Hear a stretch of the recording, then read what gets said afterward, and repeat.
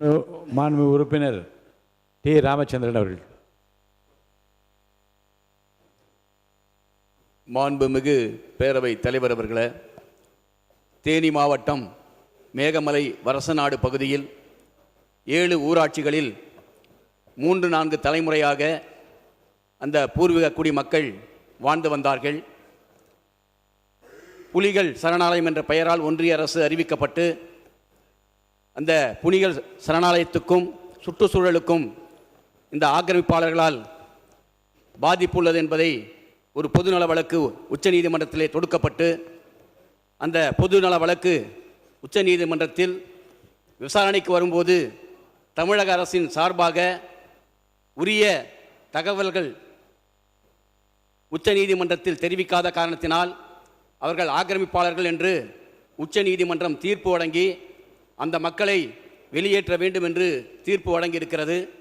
மாநில காவல்துறை ஒத்துழைக்கவில்லை என்றால் துணை இராணுவத்தை கொண்டு அந்த மக்களை வெளியேற்ற வேண்டும் என்று அந்த தீர்ப்பிலே சொல்லப்பட்டிருக்கிறது. உச்சநீதிமன்றமே சொந்த நாட்டு மக்களை துணை இராணுவம் கொண்டு வெளியேற்ற வேண்டும் என்பது இன்றைக்கு மிகவும் கவலையாக இருக்கிறது. அதோடு மட்டுமல்லாமல் அந்த மக்கள் தொடர்ந்து தங்களுக்கு குடியிருப்புகளுக்கான பட்டா, அதே போல உடும் நிலங்களுக்கான பட்டா வழங்க வேண்டும் என்று 60 ஆண்டு காலம் ஆட்சியில் இருந்த ஆட்சியாளரிடத்தில் அதிகாரிகளிடத்தில் பலமுறை வட்டாட்சியர், கோட்டாட்சியர், மாவட்ட ஆட்சியர் என்று மனுக்கள் கொடுத்து அவருடைய கோரிக்கைகளை ஆட்சியாளர்களும் அதிகாரிகளும் செவிசாய்க்காத நிலையில் இன்றைக்கு அவர்கள் ஆக்கிரமிப்பாளர்கள் என்று முத்திரை குத்தப்பட்டிருக்கிறது. அதோடு மட்டுமல்லாமல் அவர்கள் பட்டா வழங்க வேண்டுமென்றால் நாடாளுமன்றத்திலோ பிரிக்ஸ் கூட்டமைப்பிலோ அல்லது ஐநா சபையிலோ தீர்மானம் நிறைவேற்றப்பட வேண்டிய அவசியமில்லை. மாநில அமைச்சரவை கூடி பட்டா வழங்கலாம் என்று அரசாணை பிறப்பித்திருந்தால் இன்றைக்கு அந்த மக்களுக்கு பட்டா கிடைத்திருக்கும். அதை 60 ஆண்டு கால ஆட்சியாளர்கள் செய்யவில்லை என்பதை இந்த நேரத்திலே நான் இந்த அவையிலே சுட்டிக்காட்ட விரும்புகிறேன்.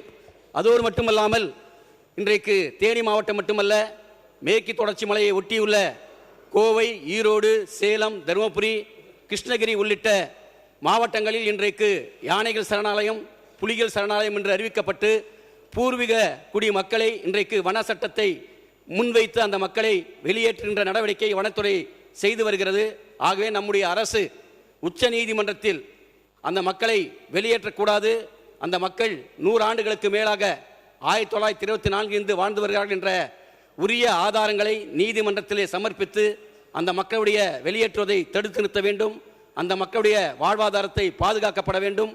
2006ஆம் ஆண்டு நாடாளுமன்றத்தில் வன உரிமை சட்டம் இயற்றப்பட்டிருக்கிறது.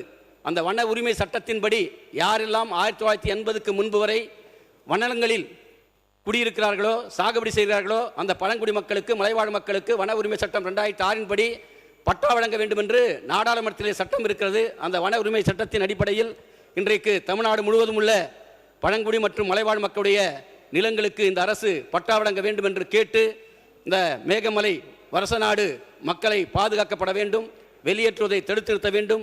அந்த மக்களுக்கு 2006 வன உரிமை சட்டத்தின்படி பட்டா இந்த அரசு வழங்க வேண்டும் என்று இந்திய கம்யூனிஸ்ட் கட்சியின் சார்பாக அரசின் கவனத்துக்கு ஈர்த்து அமர்கிறேன். மாண்புமிகு உறுப்பினர் திரு PLA ஜெகநாத் மிஸ்ரா அவர்கள். மாண்புமிகு பேரவைத் தலைவர் அவர்களே, எங்கள் தேனி மாவட்டம் மேகமலை வருசநாடு பகுதியில் சுமார் 98 கிராமங்களில் 12,000க்கும் மேற்பட்ட மக்கள் வசித்து வருகிறார்கள். இது அந்த மண் அவர்களுடைய மண். அவர்கள் பூர்வகுடி மக்கள் காலங்காலமாக அந்த பகுதியிலே வாழ்ந்து வருகிறார்கள். தற்போது அவர்கள் வீடு, தோட்டம் தொடங்கி ஆடு, மாடு, கோழி, விவசாயம் என அத்தனையும் செய்து அவர்களுடைய வாழ்க்கையை நடத்தி வருகிறார்கள். அரசு துறையின் அனைத்து கட்டடங்களும் அந்த பகுதியில் இருக்கிறது. என்னை பொறுத்தவரை எந்த ஒரு அரசு துறையாக இருந்தாலும், அது நீதிமன்றமாகவே இருந்தாலும் மக்கள் பயன்பாட்டுக்குத்தான் இருக்கிறது, மக்களுக்கு விரோதமாக இல்லை.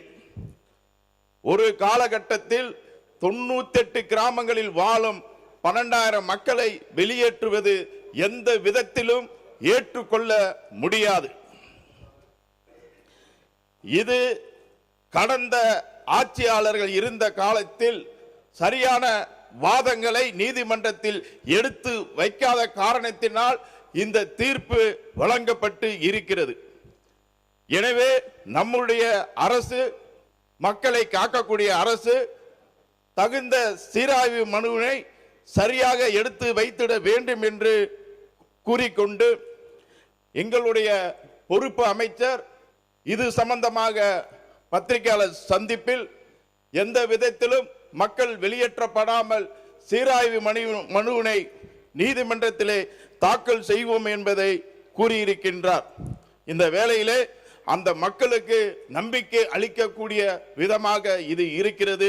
மேலும் நம்பிக்கை ஊட்டக்கூடிய வகையிலே எங்கள் தேனி மாவட்டம் மேகமலை வருஷநாட்டு மக்களுக்கு நமது அரசு நம்பிக்கை ஊட்டக்கூடிய வகையிலே இந்த சட்டமன்றத்திலே நம்முடைய சீராய்வு மனுவை பற்றி மாண்புமிகு அமைச்சர் அவர்கள் பதிலளிக்க வேண்டி அமர்கின்றேன். நன்றி.